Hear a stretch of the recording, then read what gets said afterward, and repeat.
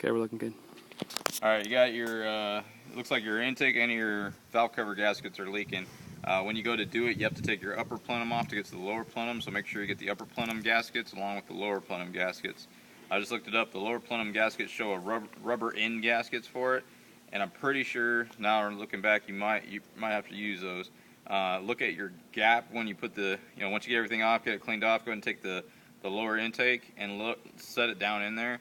And look at your gap. If your gap is pretty thin, go ahead and just use the GM silicone. If not, go ahead and use the rubber gaskets if you got a pretty good sized gap.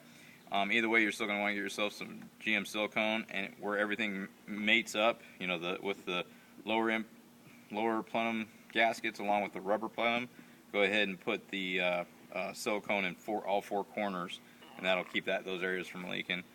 And change out your valve cover gaskets, because once you get everything off, it won't be a big deal. It's going to be pretty obvious. You're going to have to take some stuff off, but it unbolts pretty quick. Just to set everything out of the way, make sure you disconnect your battery cable, and it shouldn't be that big a deal, because you can disconnect this and let the engine kind of hang there without any problem. Plus you can move the engine back and forth, but it's not difficult to do. It's a big, not a huge job.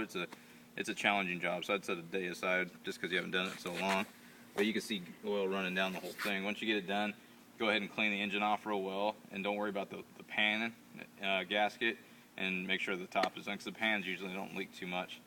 That's pretty much it. You're going to make sure you drain the coolant, because some of these intakes, if you disconnect it wrong, when you're going to and taking everything apart, coolant can get down into the cylinders. So drain the coolant, make sure you do that. Just follow the book. The book should tell you everything. If I missed anything. Okay. Cool. Thanks.